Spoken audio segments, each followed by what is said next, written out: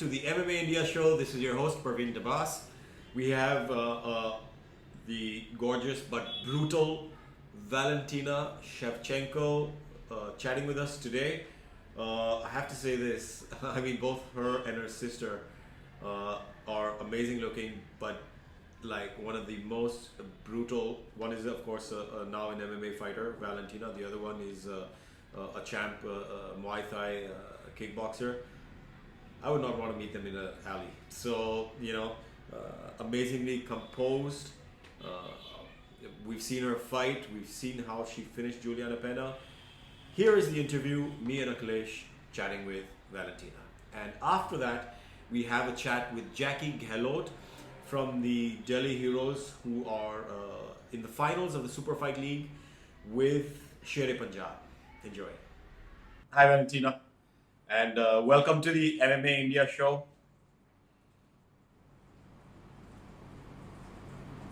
Thank you very much. I can hear you, but it's a little bit like late, I think, but I hear you good. Yeah, same here. I don't know why it's a little late. Shall we continue, or do you want to reconnect? Is it fine? What do you say, Akhilesh? I think it's fine. I think we can go ahead. Great. Now, first of all, congrats, for your fantastic win over Juliana Pena. Thank you very much. Now, of course, you must have heard this quite a few times. Everybody expected you, of course, to keep it on your feet, but you pulled off that fantastic armbar. Do you feel your ground game is underestimated? People don't keep forgetting for some reason that you have a fantastic ground game. I know you said exactly truth. Like, most people could not see, they could not believe it. It's like I said before the fight like a million times. If me, my coach, like I'm a complete fighter. I will use everything. I will use my clinching, wrestling, like grappling, everything. And for example, from my opponent to think that I will be just using my striking, it's a little bit like not clever too much, because I was saying before the fight a million times this. But how you can see in my career, I had many fights finished by submission. But this of fights that I had, it was in years from 2002 to 2006. And of course, my main game is striking. It's Muay Thai.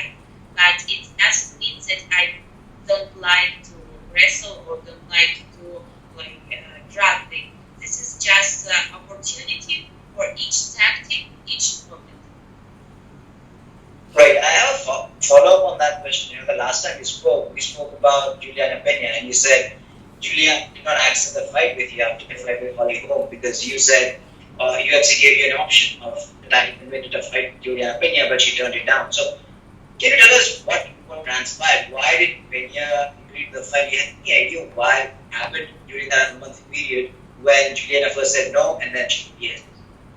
I really don't care about this. At that moment, I want to justify, and it will be Juliana Pena or as a different opponent. It was totally no one difference, because I wanted to fight, and UFC give me opportunity, give me option to fight Juliana at that time in the UFC 205 in November. I accepted.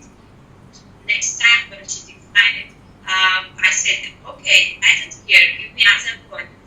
And they're looking, but I think in their mind, they wanted to make this fight happen. I was waiting just to train and do everything from my side. And when they with Juliana Pena, I agreed, because for me, still to fight her or to fight anyone else. Right. Well, on fight, Juliana is known one of more stronger grapplers in the division at 135, and you've been exceptional. We've seen during your fight with Holly Holm, for example, that you've been exceptional. Although you're a considerably smaller bantamweight, you're still very strong in clinches. So, going into the fight, there were assumptions. People thought that the fight would be decided in the clinches, but when it goes to the ground, it would be Juliana Pena that would have the advantage. So, just going into the fight, and when the fight hit the mat, what went through your mind? Because you were controlling the fight in the clinches, Juliana tripped you and took you down. What went through your mind at that point? Yes, she took me down in the second round, but in the first round, I took her down twice. And Right. and that first clinch that we had in the first round, I was like, every time when you start to fight with person who you don't fought before, you want to try how strong is she or how strong is he. And I felt like, okay, it's maybe she was dominated with other girls, but for me it's good. For me it's not something special. But in the second round, when we was on the ground, in the second round, and I just waited my opportunity. I knew, for example, when people is when person is very concentrated on run and pound, she didn't expect like maybe counterattack, and she gave opportunities. And I was just waiting to opportunity to this arm very hard, because if I will go, I will do it for sure, 100%. And when I took her arm and I started to pull it, I felt like this is it. This is the moment, and she will tap, and no way for escape. When, how, going to the first, of course, you would have confidence in your training. But during your training camp, was that something that you worked extensively on, considering just the pedigree of your opponent? It was everything. My coach Pavel Fedotov, he coached me from the beginning, from more than 20 years. I trained with him. He knows me exactly more than each person in all the world. So the main goal for this training camp, it was to come to the Colorado because it's altitude, and prepare to the fight, acclimatize to the fight, and do not only, for example, grappling and forget my striking. No, do everything, and striking, grappling, ground, everything that will help me to win the fight. So it was very difficult in the first days because altitude it's very strong, but in the same moment you have to push to the limit each single minute, every second. And we did it. We trained hard, and I was focused so deep in this fight. I was thinking only about the best strategy and to put me in the best condition for this fight. And we did everything. So I was totally ready for each situation that could happen on the fight. Right. Something that you said, I wanted to dwell on just a little bit, was you said just because I train in grappling doesn't mean that I forget my striking. Right. So now I'm not going to take any names, but we do have competitors in the bantamweight division. But, I am exceptional in one department, so I'm just going to work on something else. So how important do you think is just, and how do you pace yourself during your training camp? If you know that your opponent is, say, stronger or one of the best grapplers in the division, how do you pace yourself? How do you go? So this is when I apply this is my striking. How do you pace yourself? For example, if we speak about exactly this fight, I knew for me it was a number one strategy to keep the fight on the distance and try to use all striking. But it was like to escape all kind of clinching, all kind of wrestling. It was not like this. I'm striking that I don't want to I want to keep my opponent on the distance. But in the case if she will like very hard on the pressure, I will do clinching and I will do wrestling. And we was working, for example, trying to for example, to check only on distance, Then in the situation already in the closer distance, then we start working on this. And if we hit the ground, I start working the ground. And of course, Pavel said, like on the ground, if you are on the bottom, you cannot just receive, because just receive hits, it's mean lose. So you have to, I knew that I cannot permit her to pass my guard. I have to keep her every time in or far from me. Half guard or side control, it's not the best options with this kind of opponents. So I knew, and my guard is, I feel very comfortable, is there, because she was trying to hit me to make ground and pound, but I was blocked everything. Not one hit. It's not came to me. And backwards, I'm from the ground. I was 3 times from the ground with my hands. It was my success for all striking what she did. And when I felt like her arm is pretty tight, and I have it here, I transformed it, take the arm, and did armbar. Right. So, the other thing, I'll let Parvin ask you the next question, because I'm so intrigued in the way that you submitted him. Because the transition from your defensive guard to your offensive guard, just the quickness in which you did that was phenomenal. So, what can you tell on the kind of your training camp, how it went, and how you got on your defensive grappling, because that was the cornerstone of your submission. Well, what you did for grappling during your training camp. On my training, we did all the same. It was like it wasn't too much difference from my other training camps, because every time we were doing, trying to do all things that we can, and every time on my sparring, I was trying to be on the upside, not the bottom side, and but sometimes you feel like you cannot when, for example, opponent is much stronger, and from the bottom side, I started to work. I started to work to do everything, like to see exactly this moment to work, and I knew if I will have this clearly and tight her arm, it will be for 100% submission.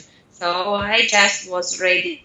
I did like prepare during the fight, and this time that I was on the bottom, I did few preparation to feel like this space I can move, how exactly I can move. And when it was like, here is it, or here or never, I took it. Now, the next fight is naturally going to be a title fight, or should be, even though it's not been announced yet, but it should be a title fight with Amanda Nunes. So first of all, is there any news about it? Will that be Amanda's next fight, since she has also spoken about moving up to the new featherweight division as well? Is there any news about that? And also, of course, your last fight with Amanda was an amazing fight, and it could have gone either ways. So, is there anything you can say about how you will approach it this time? Okay, I understand. The questions what you asked it. After the fight, directly, me and my team, my manager, we contacted with UFC, and we said that I'm ready right now. I said I don't want to rest. I'm ready to continue my training camp, and I'm ready to take the fight as soon as we can. Because I heard that Amanda said that she already is like back to the training, and she's training and preparing and feeling good. So I said it. I'm ready right now. I'm ready right here. But no response from her side.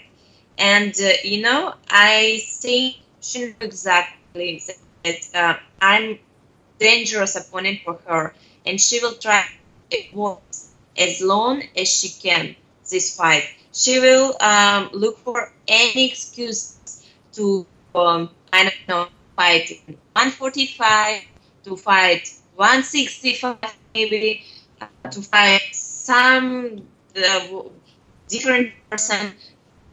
She know it. But I know exactly from my side that this fight will happen, and this fight will be my next fight, and I will prepare for this fight as much good as I can. Not how I said, not only my 100%, no, my 300, because this is the main goal that I had from the beginning, to take this belt and be the champion.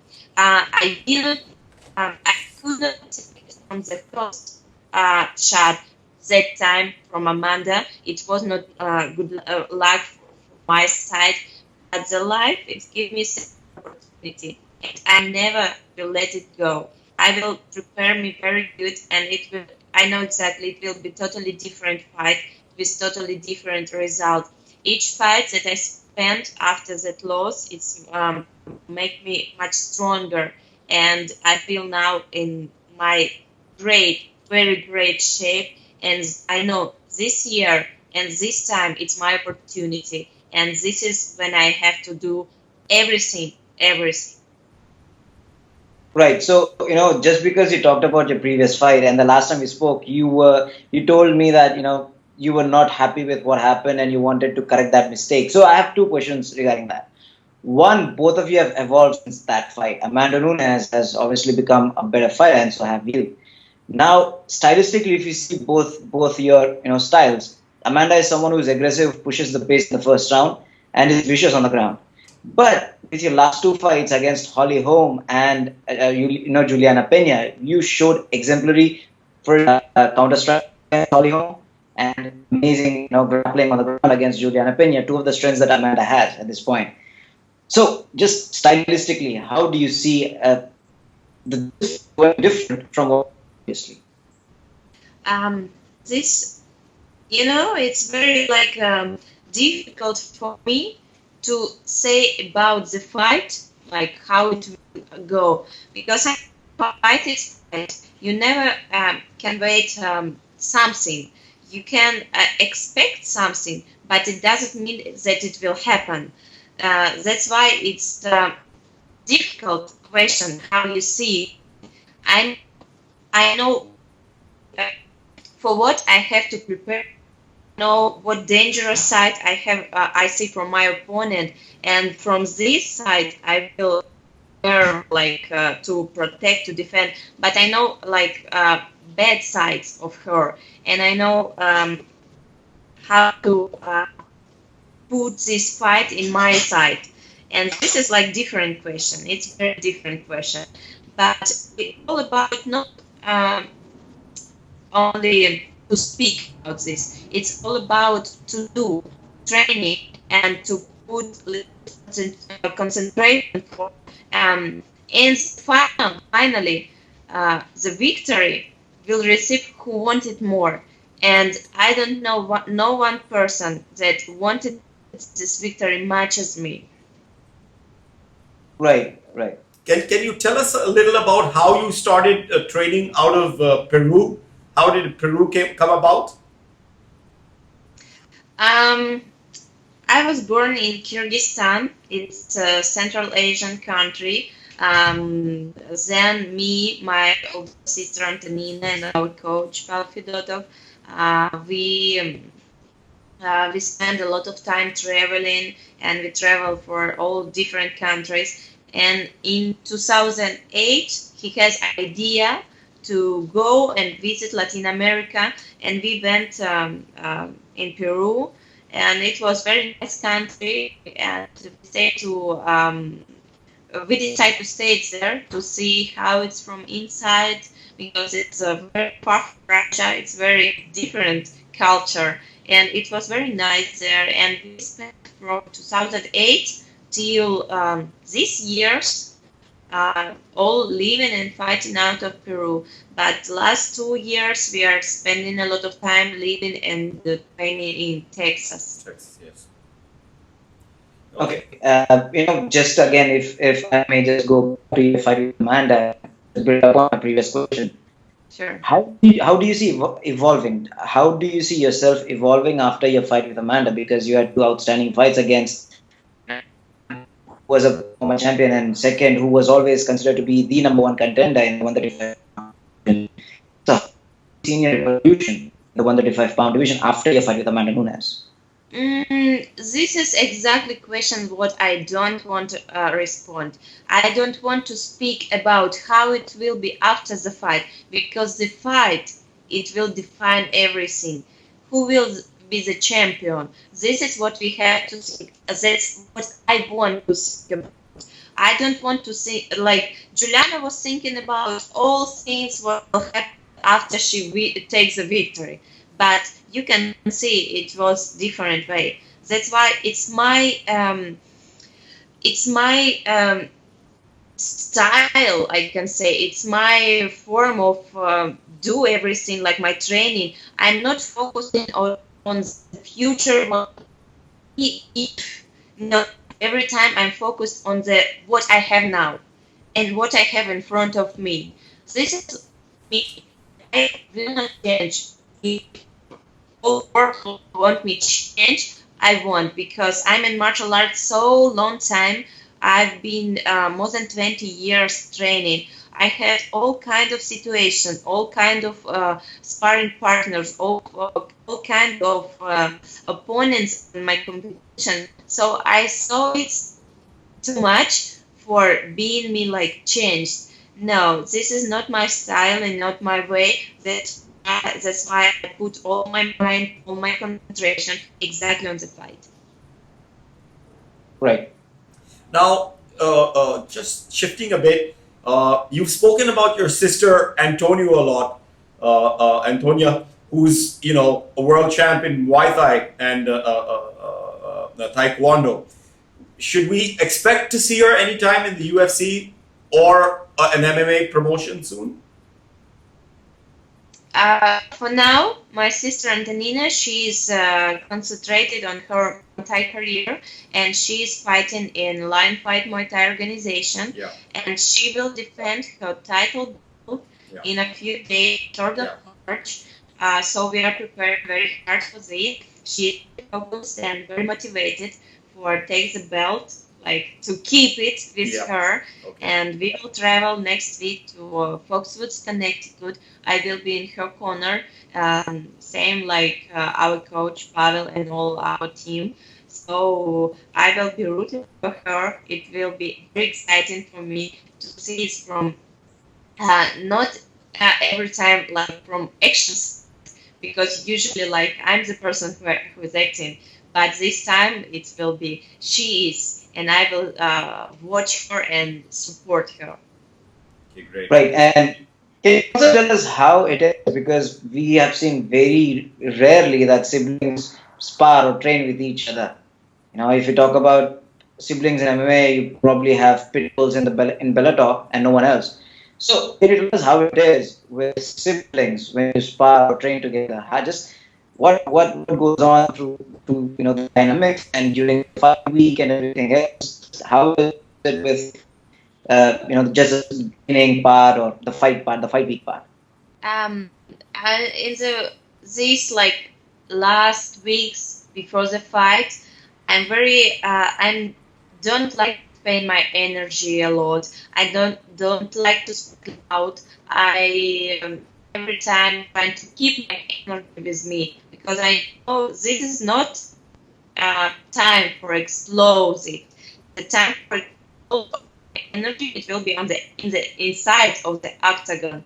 That's why it's for me it's just training, resting, training and resting. This is it, not more. I don't if even I have to do like some social activity speaking with journalists, medias. I try to do it like very concentrated without spending a lot of energy. For now, for example, I can speak, I can like speak loud to say something like what I want to say, but in the fight weeks, it not so much emotion from me. And this is, I feel every person is different. Every person has their own style. This is my style, and this is what I used to do every time. For maybe other persons, they are do this fight weeks, are thinking, okay, hard work is done, and now time to dance. But for me, no, hard work is still in front of you. The hardest work it will be that Saturday or Friday or Sunday, whatever. Right. So, the other thing that I wanted to ask you is, as I said, obviously, you are a small bantamweight. We have a lot of people who are much, much bigger, who got a lot of weight to come down to 135. And we have even heard from, say, Joanna Jacek in the past that she wants to move to 125 and fight for the inaugural title. And you have faced Joanna before. So, yes, you're going to fight Amanda Nunes. There's a good chance that you win the title. So, are you, even if we're putting Nunes on the side for now, is there some part of you that wants to go down to 125 and probably face Joanna once again for the inaugural title? It's not me. For now we don't have 125 female division. That's why we can speak about it. Maybe it will be, maybe not, but we don't have it. And from other side, I'm very concentrate on my weight class 175 because even I'm smaller there, I don't cut any weight for my division. I'm feeling enough strong for all these girls. Of course, there are cuts. For example, is cutting weight. I think about maybe 15, maybe 20 pounds. It's for sure, and this is like big difference in the weight class, very big difference.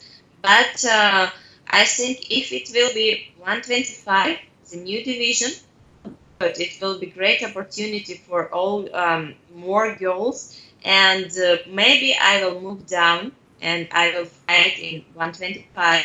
And if Joanna will move up, or we can start. For example, we are together. We had our era, our time in Muay Thai fights, and we start our age in MMA fights. All right, fantastic. You wanna, just as a last kind of thing, we know you're like a linguist also almost. You're fluent in a lot of languages. Can you tell us how many languages, like just as a aside for the fans? How many? I speak Russian, I speak Spanish and English, and I can understand a little bit Kyrgyz language is from my home country. Okay, and I want to talk to you a little bit about the when we previously talked, we also put a little focus on the Amanda Nunes Ronda Rousey fight. Now, just the fact that no champion has been able to defend the title more than once after Ronda lost the title to Holly Holm, except for Amanda Nunes. Just how do you see the division, moving forward from Ronda Rousey to all the way to Amanda Nunes? How do you see this transition in the 135-pound division? Oh, it's very strong female division right now, and the reason why not one girl cannot keep this defense more than one time, it means a lot of competition, from all girls that we have in our weight class. This is great. This is much better than, for example, one person can keep it, because it will be anyway. Sometime, somewhere, somehow, will one person, another person, and take it. It doesn't when, where. It's matter like it will be. It sure will be. For example, in my competition in Muay Thai, I compete in the kilos division. 60 kilos, it's about 131 pounds. And during 10 years, I was champion. And but then in 2015, I signed with UFC, contract with UFC, and I focused more on MMA fights. And this is good, I think, for me too, because it's like MMA fights, they have their own style, and this of character of the fight, and like I can be focused exactly on the character of the fight, important needs, and then I think this is the one thing that happened in our fight with Amanda before. This is give why she took that victory last time, but now it's totally changed. My timing, my character of the fight is changed. So just waiting the date and Right, and just because you brought Muay Thai, yeah, I also wanted to ask this question. If you look at 115, you have Joanna, whose background is Muay Thai. Your background is Muay Thai. Now, if you look at 145, Jamali Randomi, again, background is Muay Thai. So, just this transition from Carla Esparza, who's primarily a wrestler, to Joanna, who's a striker, from Ronda, who's a judoka, to Amanda Nunes, who's again primarily a striker, Jamali Randomi, primarily a striker, Muay Thai striker. Do you think this is the age of the strikers now in the women's divisions? it's not only about the striking now. It's MMA to be real champion. All fighters have to be MMA fighters, universal fighters. You cannot be champion without doing everything, and striking and grappling, because for example, Jana, she training a lot in there on the ground. She training good, and she are doing all these things, but she has her own style. She know her style is stand up, and she do everything to avoid as much as she can all ground game.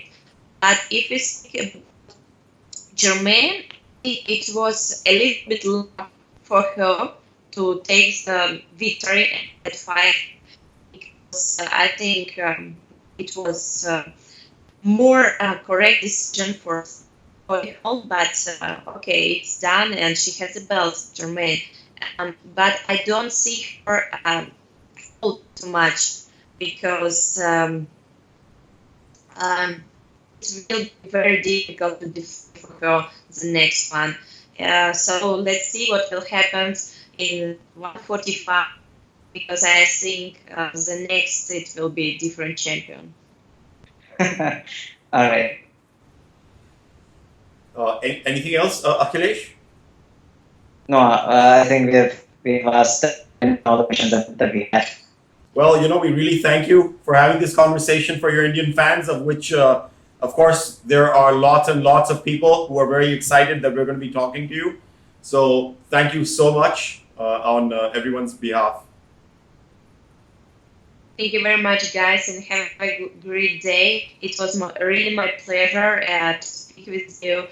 And I want to say a very big hello for all Indian fans, or all Indian people who love martial arts. I never been before in India, but I heard every time a lot of good things about this beautiful country. And I hope someday I will have my opportunity to go and to visit India. So it will be great. Great. We hope so too. We hope so too very soon. And thank you once again for joining us on the MMA India show. Thank you. Thank you very much. Bye. Bye. Thank you. Hello, Ken. How are you doing today? Very good. And you? I'm doing good. Thank you, sir. Thank you for taking the time out to talk to us. We really appreciate it. Okay, no problem. Firstly, Ken, I wanted to talk to you about your journey and route to becoming a mixed martial artist. So can you talk to us briefly about your wrestling background in high school and how that translated to you becoming a mixed martial artist? Well, I wrestled I did jiu-jitsu my freshman year of high school. I loved it, but it was very expensive at the time, and I didn't have a job, and my mom couldn't afford it anymore. So then one of my real good friends asked me, "Oh, fuck, you should wrestle." So I got into wrestling. Sucked. I won like one match my sophomore year, and then my junior year, it fucking just clicked, and I started winning, started getting better. In my senior year, I made it all the way to state, and I placed sixth place. I mean, that's nothing to cheer about, but it was an accomplishment on my part because at state I placed sixth, but I weighed in. I wrestled at 171, and I weighed in at 155. So, like, to me, I was like, wow, I love this. I love this feeling. I love this feeling of beating another man by myself. And then I was too dumb to go to college, and I didn't want to waste my parents' money, and I hated school. And then I started training with one of my real good friends who was a blue belt in jiu-jitsu late at night, like midnight, where he got the keys to this gym. Started training, got into some street fights, and then I moved to Las Vegas, found J-Sec Academy, met Mark Lehman, started sparring with Phil Baroni. Phil Baroni told me I should start fighting. I started fighting. I moved back to Maui, started fighting. Here I am today. All right, fantastic. Now, you're also one of the most experienced fighters in the promotion with about 40 professional fights. So can you also talk about how you've been able to continue fighting regularly for the past decade and a half, and how you've been successful in prolonging your career as a fighter? Evolving and training smarter, and just every fight is a new opponent. That should motivate you enough to get your ass off the couch and fucking and fight, and a lot of my fights, I try to fight the best guys out there, Obviously, I can't fight the best guys because you got to earn your shot to fight the best. That's why they're the best. They went through that road. So I'm fighting the best guy that's about to fight the best guys. I want to be that guy. So obviously, that motivates you. Not getting your ass handed to you on national TV in front of everyone will motivate you. Not letting down my family. Not kind of honoring my family by going out there and busting your ass and winning. Winning is everything. That's all in sports. That's the only thing that matters is winning. Right. And that's all the fans like is winners. And so I'm addicted to winning. I love winning. I hate losing. It sucks. I try to learn from every fucking loss and apply it to my next opponent, and so it doesn't happen again. Right, and it's interesting you brought up the fact that you train smarter as you evolve. So can you elaborate a bit on that? As in, what have you changed throughout your career through the process? How have you changed your the way you spar? Maybe you don't do hard sparring. What has changed in your training camp?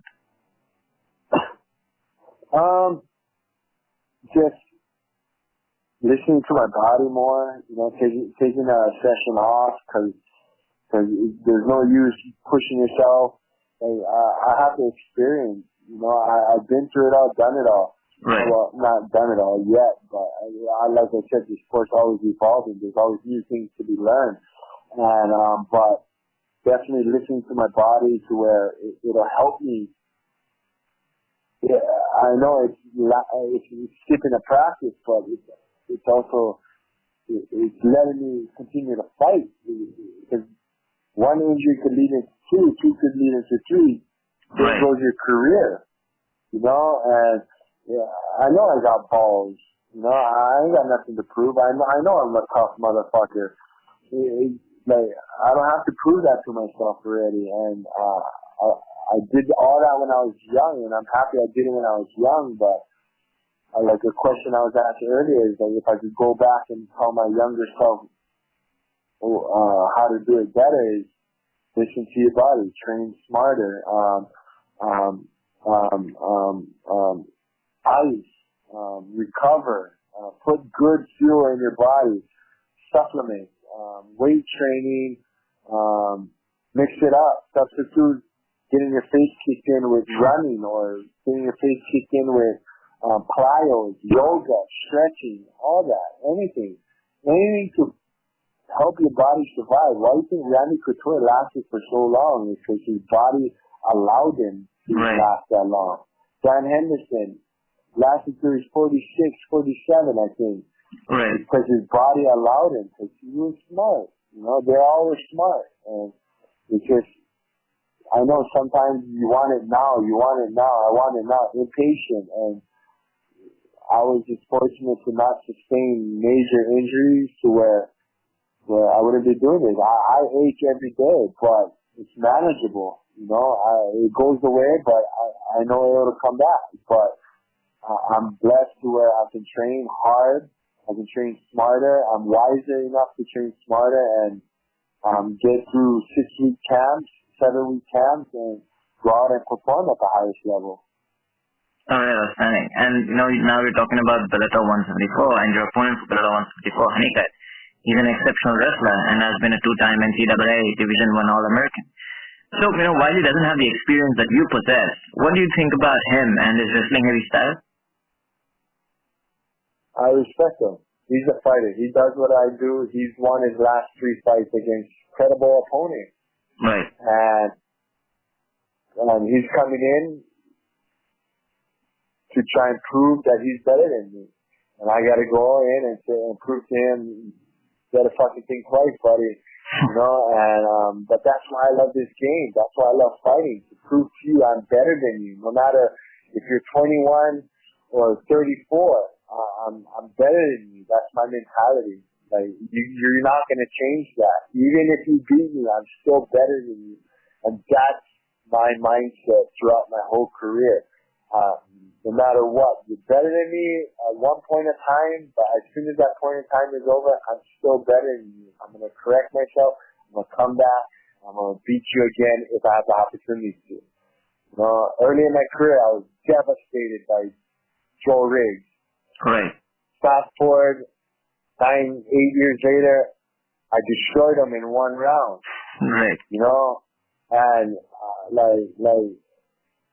because I went into it, I was nervous. I'm not gonna say I wasn't, but I was confident going into that fight, knowing that no one on this planet beats me twice. You had your chance. You beat me once. It's my time, and I might lack physical abilities, but one thing you'll never beat is my heart and my mentality. That's the one thing you'll never beat. I will always be more strong-willed than you. I will have more heart. I will die on my shield. All right, outstanding. Now, you also came close to winning the middleweight title in Bellator before. So, what are your thoughts on making another run for the title and your path leading up to it? Remains to be seen. I gotta win this fight, and I gotta win a few more fights after that, and then I can answer you that question. But as of now, I have no business talking about that thing, and up until I earn the right to talk about that thing, I will not talk about a championship, because it's 3-4 fights down the line, 3-4 wins down the line. You know what I mean? Right. Right now, I'm coming off a loss. I'm a loser. I gotta show that I'm a winner, and only winners deserve title shot. All right. We also previously talked about how this thing helped you in your time of need. And you also mentioned that you trained with him before his fights or your fights. Now, while you both started almost at the same time, how influential has Michael been in your career? Very much so, man. We started the same, obviously. Michael Bisping is a crazy motherfucker that I love to death. He's a true warrior. He has heart. He has the skills to back it up. He has the experience. If you can't see that, then you're fucking stupid. He's a champion for a reason. It's because He's a true mixed martial artist. He's a champion. And he deserves everything he has. And I'm just proud to call him my friend.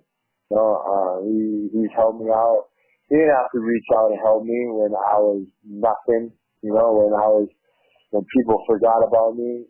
And he flies me up, pays me to help train with him. And he didn't even have to. Right. Like, I was just happy to be there training with him. But he did it anyway. And that just showed, like, he's a true friend, man. Like, and I'll die defending that, you know. And he's my brother to the end of time. All right, outstanding. Now, you know, the middleweight division in Bellator is going through an interesting phase. And as you said, you know, you're just 2 or 3 more fights away from getting a title shot again. So can you also get your thoughts on the middleweight division itself?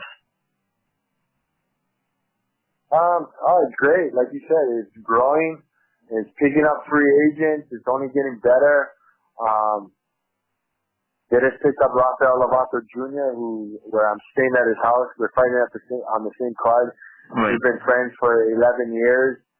I see him being a champion one day. You know, like, if our paths cross, it crosses, but I'm not expecting that. Like, I would never, and to this time, I probably would never fight him, you know? But he's one guy I looked up to in the sport for a while, in jiu-jitsu, actually.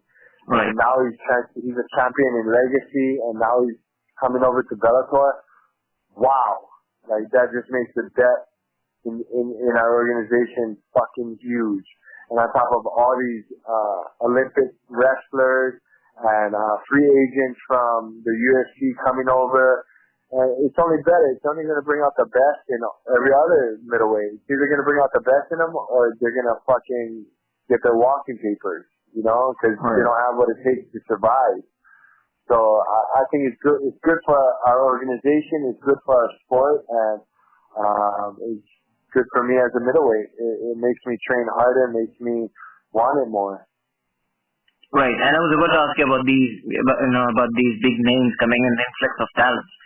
So, you know, is there a specific fighter that you would want to fight in Bellator? One specific fighter from anywhere in the world that you would want to face, that you would want to come to Bellator so that you can face him? Yeah, either Mamed Kadyrov again or Derek Brunson. I fought Derek before. I fought both of them before. Right. And I lost to Mamed in KSW, and Derek Brunson I beat, but it was a controversial. It was a close fight. Right. And I wouldn't mind giving him the opportunity to fight me again. And he's doing good, man. He's top 10 UFC fighter, and but he's evolved, and I think it'll bring out the best in me as a fighter. But those two matchups is far-fetched. Like I said, he's a top 10 fighter. I don't see him getting let go anytime soon. Mohamed is fighting out in Russia and KSW, so and I'm in Bellator, so it is what it is, and it's just a wish, it's a hope. Right. Maybe one day it'll become reality, but, you know, like I said, I'm just worried about Chris Honeycutt right now. Alright, fair enough. Now, you know, you also fought at a higher weight class before. You fought at light heavyweight. So as you get older, would that be something you'd be looking at, considering the fact that cutting weight gets harder as you grow old? No, I'm actually really good. I make weight very easy now than I did before. I'm actually 194 right now. Okay. I got like a 9-pound weight cut. So like, and I don't belong. I'm just a small, very small. I'm tall, but I'm fucking tiny compared to these 205 pounders who cut from 220. So, Right. So that's out of the question. I have no business being a 205. All right. Now, finally, what can the fans expect from you at Bellator 174? A fight, man. I've always said that, and I always got fights. In victory or defeat, I'll fight. I'll fight till I'm unconscious. I'll fight till I can't breathe anymore, and I'll fight to that bell ring. And that's been my reputation ever since. And nothing has changed after being in this sport, fighting at this level for 11 years. I'm still going to bring the fight. I still love to fight, and that's all I care about, is going in there, fighting, and showing you that this fucking Hawaiian got some balls and got some skills to back it up. Akhilesh, last question here, if you can, please. Thank you. Yes, Dan, we're done. So thank you once again, Ken, for taking the time to talk to us. We appreciate it. Thank you. Thank you, sir. Have a good day. All right, thanks, Akhilesh. Thank you, Dan. Take care. You too. Yeah, bye-bye. Bye. Kendall, last call of the day. It's with me. Hello, Marloes. How are you doing? I'm good, and you? I'm good. I'm glad that we finally got things working, and we were able to talk to you. So thank you for taking the time out to talk to us. Yeah, no problem. Marloes was starting to think that you were some mysterious person. I wasn't sure if you were real. She didn't believe me. And now I get the confirmation. Yeah, so the one thing that, the reason why I didn't send you the questions is because it's pretty late in India. It translates to around 3 a.m. here. So I wasn't even sure if, we're going to get the call. So, but again, I'm glad that we're finally able to talk to you. Yeah, well, likewise. So firstly, Marloes, you're a veteran in the fight game and now have the opportunity to be the first woman to hold both Strikeforce and Bellator MMA championships. So can you give us your thoughts on the same and on the longevity of your career? Yeah, well, I'm very honored that I can fight for the Bellator title. I became a world champion for the first time when I was 19 years old. It was in Tokyo at the Remix. It was an overweight tournament. Right. And we had to fight 3 times in a row, and that night changed my life. After that, I quit university, and I wanted to become a fighter. And then 10 years later, I became Strikeforce champion, and then I was there around 7 years later. And there's been such a crazy shift in the landscape of MMA. It's become mainstream in the States, but also here in the Netherlands. Right. And for many years, when I had interviews with papers or whatever, you would see the headline like kickboxer Marloes Coenen, and they didn't really understand what MMA was, and slowly but steady we're getting there, and it's crazy and it's wonderful, and so the momentum is there, and also for me to get a confirmation that I'm still on top of my game when I have the belt around my waist is professionally and mentally really important to me. Right. Now, also Marloes, recently another Dutch fighter won the featherweight title in different promotion, and with a win in your upcoming fight, you will be crowned the first ever Bellator MMA featherweight champion. So, what does this fight mean to you, and more importantly, to your country and for the sport of MMA in Holland?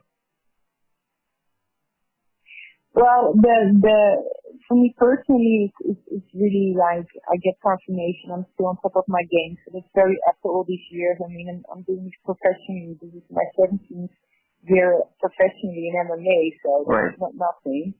So getting that recognition of people that would prove in your hands around your waist that you're still a world fighter. That's awesome. And now we see that's really been the build-up and of MMA in the Netherlands. It really changed with Bellator coming to Europe, with the UFC expanding in Europe as well, with Dutch fights who are doing great in MMA. And winning this title fight will mean a lot of promoting MMA in the Netherlands. And after all these years, that is really satisfying, so to speak. Right, fantastic. Now, as you said, you have been in the sport as a professional for 17 years. So since your debut back in 2000, a lot of change has transpired for women's MMA. So can you give us your thoughts on just the evolution of women's MMA and how far the sport has come along during your pro career? Yeah, well, when my first professional fight was in Japan, and then within I think 2 weeks, I had this open weight tournament, and there was a Japanese who was 48 kilos, Right. It was a Russian, it was 106 kilos. And we were all fighting each other at the same night. I mean, you now have weight classes. There's no open weight anymore.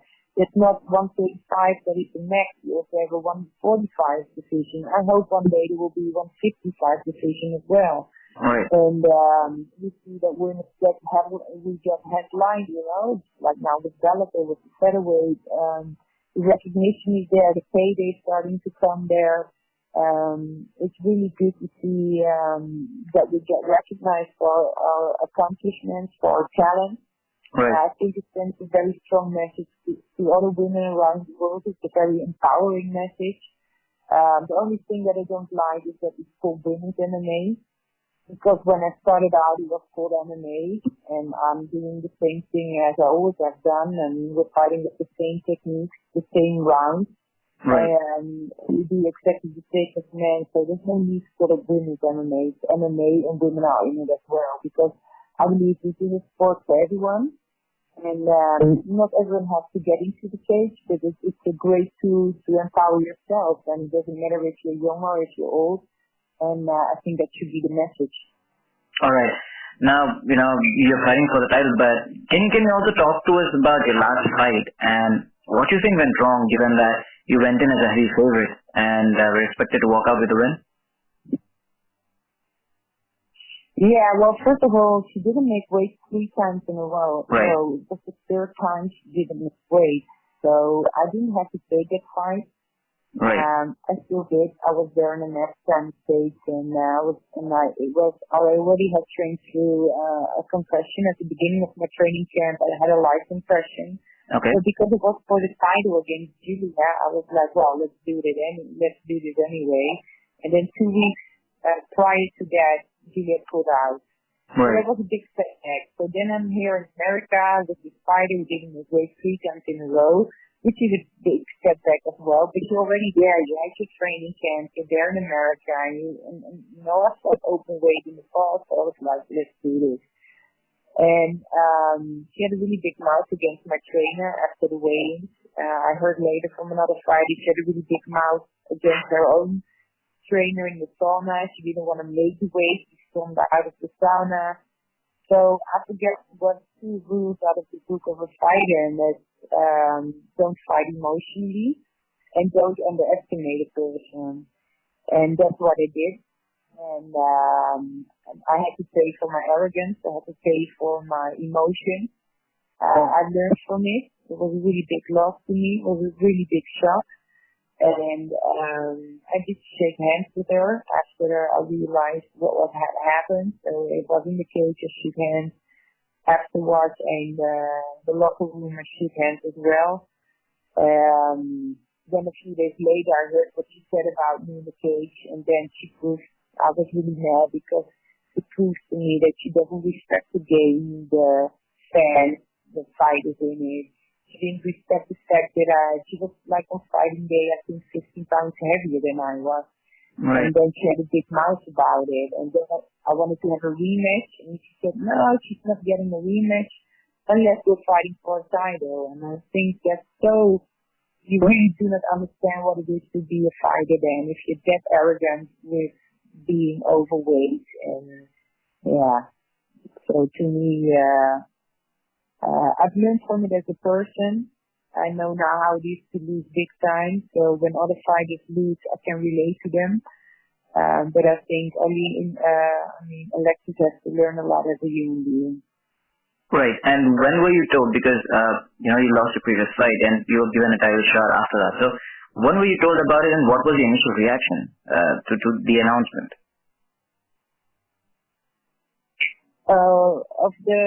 That I would have to fight? Is that your question? Yes. Oh, I was thrilled. I was really happy. And first I had to fight, after that fight, I had to fight Niko Nogueira. And that wasn't for a title fight, of course, because I had to fight my way back to the title fight again. But then she also didn't make the weight. And right. At that point, I really had to put my foot down because it was twice in a row that my opponents don't make weight. And I now know what happens because in the cage, they have like 15 pounds on me. And if I lose, they have a big mouth that they won. But, you know, it wasn't a fair game. So, I learned my lesson and I was like, I really put my foot down now and people have to make weight the way I have to make weight and it has to be a fair game. So, after that, and I heard a few months later that I was able to fight for the title, I was really thankful for Bellator. But I also think I really deserve that title fight. I've proven in the past that I'm a fighter. I always show up. I win fights. I win titles. I'm a professional. So I'm really happy that this will go through next Friday in the cage. Right now, talking about your next fight, you will be fighting yet another veteran at Bellator 134. So just can you give us your thoughts on Julia and what you think about her as an opponent? Julia is a very tough opponent. I know I will be in full war next Friday. She's very strong. She has a really good game against the cage. Right. She really likes to grind in a fight. Right. I believe I'm a more well-rounded fighter. I'm quicker in my mind than she is. I also think I'm stronger in my mind. My ground game is better than hers. I think my stand-up too. But I do not underestimate her at all. I know she's tough, and I know I will be in full war, but I also know that my head will be raised, and I also know that I will have the belt around my waist too. Right. So now just talking about both of your styles going into your fight, one of your strongest assets is your jiu-jitsu, as you said, and Julia is known for effective striking. So how do you see the matchup stylistically, and just how do you see the entire fight playing out? Well, of course, I have an idea, and I keep it to myself till after the fight. Sure. So, because I wasn't going to reveal my game plan, but I know it. I want to be a dominant fighter. I want to win on submission or KO. If I win on points, I will be very disappointed in myself. And if it happens that I win in the first, second, third, fourth, or fifth round, I don't care. As long as I win on a KO or submission, I'm satisfied. All right, fantastic. Now, you fought for Scott Coker both during, his time in Strikeforce and now for Bellator MMA. So can you just give us your thoughts on Scott and his contributions to the sport? Well, Scott is the first big promoter who saw the value in women. I mean, he was the one who brought Gina Carano to the stage. And, right. When I was fighting in Strikeforce, it was a great atmosphere always. And he's a martial artist himself. He understands fighters. And he was the reason why I signed with Bellator, because I know how he had built Strikeforce to the point that it was bought by the UFC, because they were two big competition. And I know what he could do to Bellator. And you see it after I signed many great names came, like Rory McDonald, for instance. Right. And I think that he's amping up the competition and way to what he has built in 2 years. I respect him deeply, and I'm very thankful that I can fight for the title. Outstanding. Now, you fought some big names, as you said, some of the biggest names in the world of women's MMA. Just looking back at your illustrious career, can you tell us which fight stands out the most for you?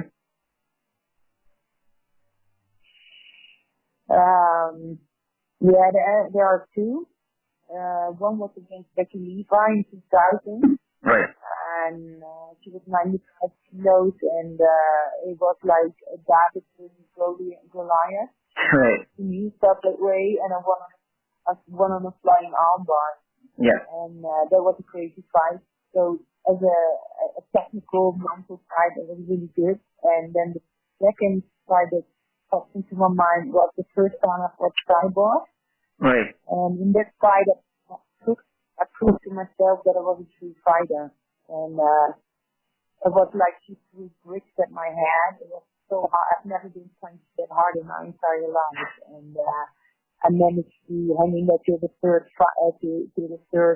round. Right. And I lost the fight, but I proved to myself a big point. And I think that's what's really important in fighting. You fight for yourself. Right. And to grow as a martial artist, as a person. And I definitely grew from that fight. All right, great. Now, finally, I have one last question for you. Just, do you have any message for your fans in India that'll be tuning in to watch Bellator 174? And have you been to India anytime before? If I've been in India before, is that the question? Yeah. Yeah. No, but I'm reading. It sounds stupid, but I'm reading on Indian cooking. I just finished a cooking book, the first cooking book of the cuisine in India.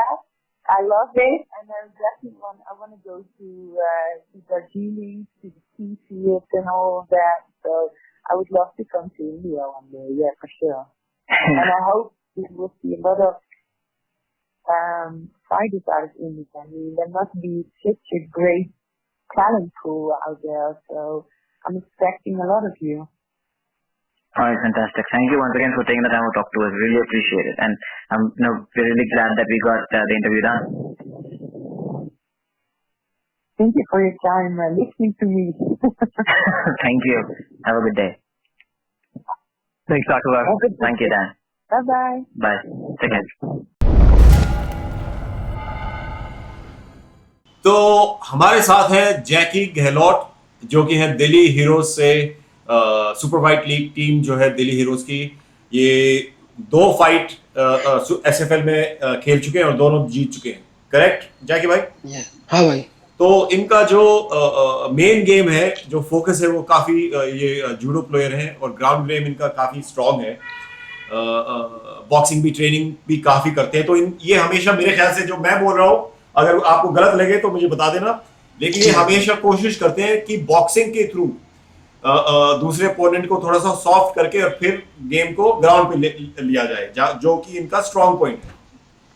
हाँ भाई, वही है कि हमारा जैसे boxing punches किया, फिर इसको डिस्ट्रैक्ट किया, फिर एकदम से हमें टेक डाउन के लिए जाना है, फिर अपना गेम शुरू होता है कि टेक डाउन करके, कंट्रोल करके ग्राउंड गेम, फिर हमें अपना गेम जीतना है, लॉक चोक या पंचेस करना है कंट्रोल करके, यही हमारी वो होती है। तो जो आपके दोनों जो फाइट हुए हैं उनके बारे में थोड़ा बताइए। जो पहला फाइट था वो किसके अगेंस्ट था, कौन सी टीम के अगेंस्ट?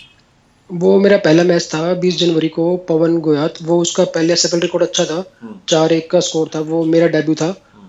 वो एक प्रोफेशनल बॉक्सर भी है, मेरा जूडो बैकग्राउंड है, लेकिन मुझे कोई वो नहीं था कि इसका रिकॉर्ड अच्छा है या मेरा डेब्यू है, ऐसा कुछ नहीं है। मैं यही था कि बॉक्सिंग से कम करूंगा, मेरे को अपना टेक डाउन करना है, ग्राउंड में गेम लेके जाना है और फिर मेरे को अपना गेम सारा खेलना है। तो मैंने वही किया, 3 राउंड में अपना टेक डाउन किया, फिर अपना ग्राउंड होल्ड करके फिर इसको, ये 3 राउंड मैंने ऐसे ही जीते थे। मेरा ये शुरू से ही प्लानिंग था कि मैं इसको ऐसे करूंगा। Okay, very good. और सेकंड जो फाइट अभी जो हुआ वो था मेरे ख्याल से किसके अगेंस्ट था? कृष्ण रावत के साथ। कृष्ण रावत के अगेंस्ट, करेक्ट। उसमें भी उनका भी बॉक्सिंग काफी स्ट्रांग है, लेकिन आपको 1-2 लगती भी थी, तो ये देखा गया कि आप ज्यादा परेशान नहीं होते थे, आपका जो चिन है वो काफी स्ट्रांग है। हाँ भाई, अगर हम इसमें अगर जैसे पंचेस लगते हैं, अगर हमें थोड़ा वो हो गया, पैनिक हो गया कि पंचेस लग गए, तो फिर हमारा सारा गेम ही खत्म हो जाएगा। जो हमने प्रैक्टिस की है कंटिन्यू जो करते आ रहे हैं, वो सारा गेम ही खत्म हो जाएगा। अगर हमें थोड़ा सा गुस्सा आया या ऐसा कुछ हुआ तो दिमाग काम नहीं करेगा। मेरे को पेशेंस था कि हाँ जरूर होगा, मतलब कि अपना पैनिक नहीं वो करना, और बस मेरा वही था कि गेम पंचेस मैं भी कर रहा था और वो भी कर रहा था। फिर जैसे ही क्लोज आया तो मैंने उसको टेक डाउन करके फिर अपना ग्राउंड में कंट्रोल करके फिर फाइट फिनिश की थी। बिल्कुल। और मेरे ख्याल से काफी स्ट्रांग खेले आप, क्योंकि रावत भी काफी स्ट्रांग फाइटर है। हाँ, वो अच्छा फाइटर है, स्पीड भी है, किक भी है उसके पास, तो अच्छा फाइटर है वो। बिल्कुल। तो मेरे ख्याल से ये आपके लिए काफी एक कॉन्फिडेंस बूस्टिंग विक्ट्री थी। और हाँ भाई, हाँ। बिल्कुल। और बिहाइंड द वो मेरे ख्याल से फेवरेट वो था, लेकिन आप जीत के निकले, तो वो मेरे ख्याल से काफी अच्छा था आपके लिए, और आपका उससे मेरे ख्याल से नाम भी काफी बड़ा हुआ इस फाइट की वजह से। दोनों फाइट लगा लो पहले से इस ग्राउंड में, दोनों ही आपके अपोनेंट काफी स्ट्रांग थे देखा जाए। हाँ भाई, हाँ, मेरी दोनों फाइट टफ गई थी, दोनों फाइटर टफ थे, लेकिन मुझे बिल्कुल भी वो नहीं था कि मैं ये फाइटर टफ है या कुछ ऐसा है। मुझे अपना नेचुरल गेम खेलना था कि जैसे ही मैं क्लोज जाऊंगा मेरे को अपना गेम खेलना है, तो वही मैंने किया था। और मुझे बिल्कुल भी वो नहीं था कि ये इतने बड़े प्लेयर है या कुछ भी है, ऐसा कुछ नहीं था। बिल्कुल। तो अभी सैटरडे को फाइनल्स होने जा रहे हैं सुपर फाइट लीग के, दिल्ली हीरोज वर्सेस शेर पंजाब। तो इसमें आपको वैसे क्या लगता है कि आप लोगों का सबसे स्ट्रॉन्ग प्लेयर कौन है और उनका सबसे स्ट्रॉन्ग प्लेयर कौन है? वैसे तो सारी टीम ही कोई भी ये एमएमए गेम है, ये कोई भी जीत सकता है, जिसमें अगर कॉन्फिडेंस लूज करता है किस टाइम भी तो वो हार सकता है। तो यही है, सारी टीम अच्छी है, दोनों टीम अच्छी हैं। जो जिस दिन बढ़िया खेलता है वो उसी दिन वो जीतता है। ऐसा कुछ नहीं है कि वो अच्छा है या ऐसा कुछ है, नहीं वो तो मेरे है ही। हिसाब से यही है। अगर हम देखे जाएं तो छोटा से छोटा प्लेयर अगर टैलेंटेड हो तो वो किसी को भी हरा सकता है ऑन हाँ हिज भाई, डे। हाँ। वो हाँ, तो बस अपना कॉन्फिडेंस लूज ना करे, बस अपना पूरा जिद्दारी से एक होता है ना कि हाँ भाई मैं कॉन्फिडेंट हूँ, तो मैं तगड़ा हूँ, तो बस वही नहीं कभी होना चाहिए, उससे फिर वो जीत कर सकता है बिल्कुल। बिल्कुल। तो एक चीज बताइए, जैसे जैसे फाइनल या कोई भी मैच होने जाता है तो आप लोग टीम मीटिंग्स करते हैं कि स्ट्रैटेजी वगैरह के ऊपर वर्क करते हैं कि कैसा अपोनेंट के साथ ये अपोनेंट है और इसकी ऐसी स्ट्रैटेजी होगी और आपकी ऐसी होनी चाहिए। हाँ भाई, बिल्कुल करते हैं, हम उसकी सारी वीडियो देखते हैं कि वो कैसे खेलता है, स्टांस कौन सा है उसका, किक ज़्यादा यूज़ करता है या बॉक्सिंग ज़्यादा, टेक डाउन है। जो भी हम सारी टीम बैठ के अपने इकट्ठा करते हैं कि उसका क्या गेम है, सब एक दूसरे को हेल्प करते हैं। तो हमारी सारी वो होती है प्लानिंग कि कैसे खेलना है इसके साथ। चलो वेरी गुड। और एक चीज बताइए, आपका इसमें एमएमए में इंटरेस्ट कैसे बढ़ा? शुरुआत आपकी जुडो में हुई? हाँ, मैं जूडो कर रहा 10 साल से। अभी मेरा अप्रैल में जो ये 2016 गया अप्रैल में मेरा कॉमनवेल्थ टूर जाना था, तो उसमें सिलेक्शन था, कैंप भी लगे थे, बाहर के फॉरेनर कोच भी आए थे, कैंप भी लगा था। लेकिन उसके बाद फिर टीम नहीं गई, तो डिसअपॉइंटेड था कि इतनी मेहनत कर रहे थे, कॉमनवेल्थ का टूर अच्छा होता है, मेडल के लिए तैयारी कर रहे थे सब कुछ, तो फिर वो टीम कैंसिल हो गई, फेडरेशन की कुछ आपस में प्रॉब्लम थी, तो उससे कुछ थोड़ा दिल मतलब होता है कि हार्ट होता है। तो फिर वो एमएमए अभी लीग सुना था मैंने कि लीग आ रही है एमएमए का, तो उसमें अच्छे प्लेयर्स को चाहिए, तो उसमें तो फिर इंटरेस्ट हुआ कि फिर मैंने कोचेस से बात की, तो उन्होंने कहा, वीडियो सेंड की अपनी, फिर मैंने अचीवमेंट दिखाई उनको, तो फिर वो कहते हैं आपका जरूर होगा, तो फिर ऐसे इंटरेस्ट मेरा बढ़ा, और फिर मैं ऐसे प्रैक्टिस कर रहा था 5-6 महीने से कंटिन्यू एमएमए का। तो उससे पहले तो आप सिर्फ जूडो करते थे, फिर उसके बाद हाँ, आपने ऑल राउंड रेसलिंग और बॉक्सिंग वगैरह की ट्रेनिंग चालू की? हाँ, मैं पिछले 5-6 महीने से बॉक्सिंग भी कर रहा हूँ, सभी एमएमए मतलब मिक्स कर रहा हूँ सब कुछ, तो एक एमएमए के चीज ही कर बताइए, रहा हूँ आप प्रॉपर। कौन से उसके लिए कौन से जिम जाते हैं, किसके साथ वो ट्रेनिंग, कहाँ पे आप जाते हैं ट्रेनिंग के लिए? मैं बॉक्सिंग करता हूँ सेहत वर्ल्ड में, द्वारका में सेक्टर 23 में, और मैं अपनी judo wrestling Palam DD academy हमारी उसमें करता हूँ। Very good. और एक चीज बताइए, आप कौन से गांव के हैं और इसमें आप जूडो में आए कैसे, इसके बारे में भी थोड़ा सा बताइए। मैं द्वारका ककोला विलेज से हूँ। ओके। जूडो में मैं मेरे बड़े भाई जूडो करते थे, उस टाइम उन्होंने शुरू किया था, फिर वो घर में कुछ प्रॉब्लम थी, उन्होंने छोड़ दिया था। फिर उन्होंने मुझे बोला था कि तू कर ले, अभी बहुत अच्छा है, मैं सपोर्ट कर रहा हूँ। और मेरा बड़ा भाई है, वो सब कुछ सपोर्ट करता है मुझे, डाइट का सब कुछ, शुरू से ही 10-12 साल से वो ही सब कुछ करते हैं मेरे लिए। वो मेरे लिए भगवान है, तो वो अपना सब कुछ करते हैं मेरे लिए, मैं उनकी वजह से ही यहाँ तक पहुँच रहा हूँ। Very good. अभी एक चीज बताइए, अगर देखा जाए तो एसएफएल में भी काफी जो प्लेयर्स होते हैं या तो वेरी स्ट्रॉन्ग जाट होते हैं या फिर नॉर्थ ईस्ट के भी होते हैं, जो मेजोरिटी हाँ भाई। जो फाइटर है, आप बॉक्सिंग का भी देख लो, या तो वो उसमें जाट होते हैं या नॉर्थ ईस्ट का भी बहुत स्ट्रॉन्ग है। तो आपको वैसे क्या लगता है कि जाटों में ऑफकोर्स एक स्पोर्ट्स का बहुत ही स्ट्रॉन्ग कल्चर रहा है, हाँ भाई, वो वो शुरुआत से शुरू से ही ही कुश्ती और मिट्टी ये में। वो उसमें अच्छा रखा जाता है, तो वो एक स्ट्रॉन्ग कल्चर है, उसकी वजह से मेरे ख्याल से ये कल्चर अभी एमएमए में भी जाटों की जाट उसमें काफी इसलिए आ रहे हैं क्योंकि उनका कल्चर ही वैसे रहा है जिसमें उनको खेल कूद और कॉम्बैट स्पोर्ट्स बोले तो कुश्ती से उन्होंने शुरू की थी, और कुश्ती से जूडो, अभी बॉक्सिंग और अभी एमएमए में भी आने लग रहे हैं। हाँ, हमारे गांव में खेल ही ऐसे होते हैं, कुश्ती, कबड्डी या जो भी गेम होते हैं वो ऐसे ही होते हैं, कॉम्बैट गेम जो सारे, तो वो शुरू से ही हम बचपन से ये सीखते आ रहे हैं। एक होता है कि गांव में सबसे आपस में मिलता है कि डरना नहीं, किसी भी चीज़, कोई भी फील्ड हो डरना नहीं है। तो एक वो स्ट्रॉन्ग पॉइंट शुरू से ही रहा है हमारे साथ। और अच्छा खाना पीना है, दूध दही तो देसी चीज़ है, तो वो तो है ही स्ट्रॉन्ग सब कुछ, तो तो इसलिए अभी आप जैसे लोग डाइट के बारे में बात कर रहे हो, आप वेज हो या नॉन वेज हो? मैं नॉनवेज खाता हूँ। नॉन वेज भी खाते हो, नॉनवेज ओके। हूँ। क्योंकि कई बार अपने जाटों में जो शुरुआत की डाइट है वो वेजिटेरियन ही हाँ, रहती थी, लेकिन हाँ, फिर भी वो शुरुआत काफी में। स्ट्रांग रहते हैं, लेकिन हाँ, एक नॉन वेज मैंने अभी डाइट। किया है हाँ, नॉनवेज भी, तो अभी आपने कुछ अभी सालों से किया है। इसी के लिए किया आपने शुरू? हाँ, गेम के लिए ही किया गेम मैंने, के लिए किया, कि चलो। प्रोटीन डाइट ज्यादा होती है इसलिए। ओके, चलो वेरी गुड। और अभी आपको क्या लगता है वैसे अराउंड द वर्ल्ड एमएमए बहुत बड़ा हो चुका है। हाँ भाई बहुत बड़ा हो पूरे चुका है, ये वर्ल्ड में सबसे मोस्ट ट्रेंडिंग स्पोर्ट बन चुका है एमएमए। सब देखना चाहते हैं, सब करना चाहते हैं, तो ये बहुत ज़्यादा फेमस हो चुका है, बहुत ग्लैमरस में। एमएमए दूर से दिखता है कि ये जैसे एक डब्ल्यू था, वो सबको पता है कि ये हाँ ये फेक है, ये रियल नहीं है। तो फिर उसके जब एमएमए आया तो एमएमए को लोग पसंद कर रहे हैं, वही सेम सब कुछ। तो अभी तो आपको इसलिए क्या MMA लगता है, को वैसे इंडिया में ऑफ कोर्स अभी सुपर फाइट लीग भी है, एक तो और भी मेरे ख्याल से फाइट प्रमोशंस आने वाले हैं, इसका फ्यूचर आपको वैसे कैसे लगता है और आप क्या चाहते हो एज अ प्लेयर? क्योंकि अभी आपका जैसे ये एसएफएल तो अभी खत्म हो जाएगा, हाँ अभी भाई। अगला सीजन में आएगा, तो आप एज अ प्लेयर क्या चाहते हो कि क्या हो एमएमए इन वर्ल्ड में, जिसमें आप लोगों की को भी पूरे साल में कुछ ना कुछ फाइट्स मिलते रहे? हाँ, मैं अभी एसएफएल ने लीग करवाया है, तो मैं ये चाहता हूँ कि एसएफएल की तरह और कंपनीज भी आगे आए और एमएमए को सपोर्ट दे। क्योंकि इंडिया में हम जैसे फॉरेन फाइटर आए हैं अभी एसएफएल में, हम उनके साथ प्रैक्टिस करते हैं, वो खुद बोलते हैं कि इंडियन फाइटर स्ट्रॉन्ग है, हार्ड है, लेकिन एक होता है कि प्रॉपर एमएमए कैसे करना है वो उनको नॉलेज नहीं है। वो जैसे मैंने खुद प्रैक्टिस किया है, तो वो कहते हैं कि आप बहुत जल्दी सीख रहे हो एमएमए, साइड टेक्निक जल्दी कैच कर रहे हो, आप में टैलेंट है, आप हार्ड वर्क करो, आप में मतलब पावर है। तो वो इंडियन फाइटर को मतलब बस वही कह रहे हैं कि टैलेंट बहुत है इंडियन फाइटर के पास। एक्सपीरियंस की जरूरत है, और हाँ एक्सपीरियंस की जरूरत है, बस प्रॉपर एक्सपीरियंस एमएमए मेरे कैसे ख्याल करना से है वो टेक्निक की जरूरत है। एक एमएमए स्पेसिफिक ट्रेनिंग भी और हमारे प्लेयर्स को और मिलेगी, क्योंकि हम सीखते बहुत जल्दी हैं, जैसे आपने बताया स्ट्रेंथ बहुत है, और एक फाइट हाँ भाई। एक्सपीरियंस भी जरूरी होता है। हाँ भाई। हाँ हाँ, फाइट अगर ज्यादा जल्दी जल्दी मिल रहे हैं तो फाइट से तो होता ही एक्सपीरियंस, फाइट में पता चलता है कि क्या गलती की थी, फिर उसको गलती को हम सुधार करते हैं, फिर अगली फाइट में वही कमी दूर करते हैं। और एक जैसे आपका शो, मैं आपके शो को बहुत देखता हूँ, आपका शो जैसे इंडियन एमएमए को सपोर्ट कर रहा है, बढ़ावा दे रहा है, ये बहुत जरूरी है। आप अगर आप जैसे इंसान आगे आते हैं तो एमएमए या कोई भी गेम हो वो बहुत ऊपर जाएगा।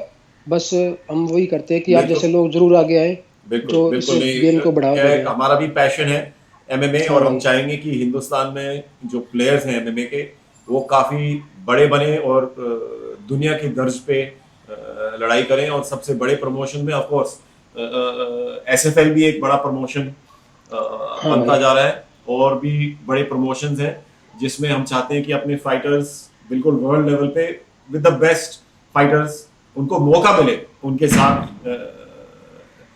फाइट करने का। हाँ भाई।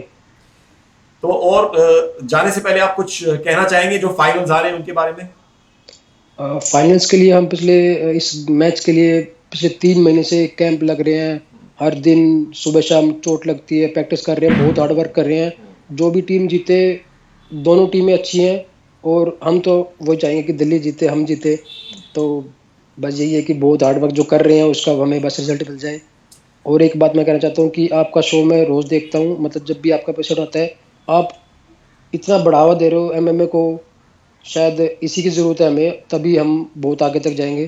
थैंक यू सो मच, ये शो बहुत आगे तक जाए और प्लेयर्स जो हैं वो भी बहुत आगे तक जाए। Thank you so much. और हम एमएमए इंडिया शो आपको बहुत ही बेस्ट विशेस देता है कि आप अपने फाइट में कामयाब रहें और दोबारा सबमिशन विन से जीते, और ये आपके लिए एक प्लेटफॉर्म बने जिससे आप आगे बढ़ते जाएं। हमारा तो यही चाहता है। So we wish you all the best Jackie, और दोबारा हम इन टच में रहेंगे एसएफएल के बाद भी, और हम हमेशा आपकी करियर फॉलो करेंगे, आपको बढ़ावा देंगे। All the best. हाँ भाई, thank you so much. Okay, बहुत बहुत thank you. Thank you Jackie. Okay, thank you भाई। बाय जैकी।